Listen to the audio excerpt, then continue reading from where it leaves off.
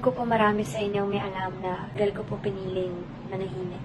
Kagaya po ng iba sa inyo. Break na nga talaga. Catherine Bernardo, no show sa birthday ng ina ng boyfriend Carla Estrada, nagpasaring sa hiwalayan issue. November 26, 2023. Ayaw paawat ang mga maadera sa pagre-react sa latest post ni Carla Estrada sa kanyang Instagram. Pagkatapos ng pananahimik sa isyu ng hiwalayan ng Katniel, nagpakawala ng sunod-sunod na cryptic post ang nanay ni Daniel Padilla sa kanyang Instagram account. Una ay binanggit nito ang ilang verses sa Bible tulad na lamang ng kung sino ang walang kasalanan ay siyang unang pamukol ng bato.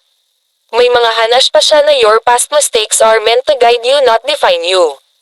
Pero ang ikinawindang ng netizens ay ang kanyang makahulugang post na hindi mo utang sa iba ang buhay mo. Huwag mong gawing props lang ang pagkatao mo para mapasaya lang ang iba. Pasayahin mo ang iyong sarili, deserve mo iyon.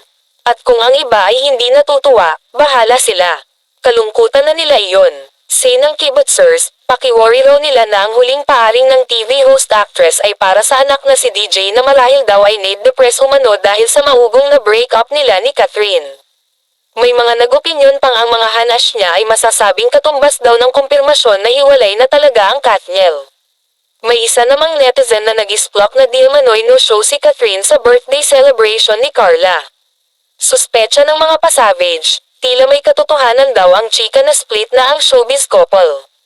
Ito ang ilang reaksyon ng kibutsers sa kanyang cryptic post. So true ang chika. Inubos na talaga ang quotes sa Bible. DJ, huwag kang magmukmak dyan.